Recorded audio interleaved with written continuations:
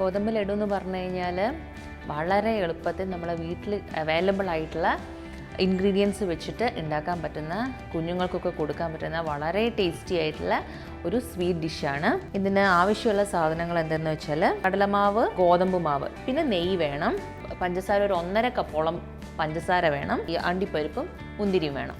അപ്പം ഇത് ചൂടായി കഴിഞ്ഞാൽ 1 കപ്പ് നെയ്യ് ഒഴിക്കുക.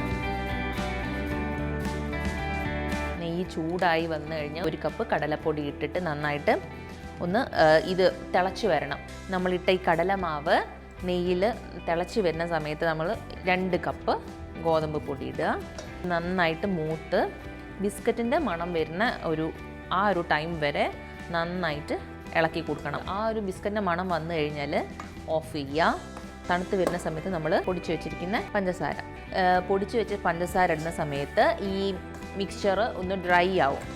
കുറച്ച് നെയ്യെടുത്ത് കുറച്ച് കാഷ്യൂനട്ടും കിസ്മസും ഒന്ന് വറുത്ത് ഇതിലേക്ക് ഇടുക. തണുത്ത് കഴിഞ്ഞിട്ട് നമ്മൾ കൈ കൊണ്ട് തന്നെ ഉരുളയാക്കി വെക്കുക.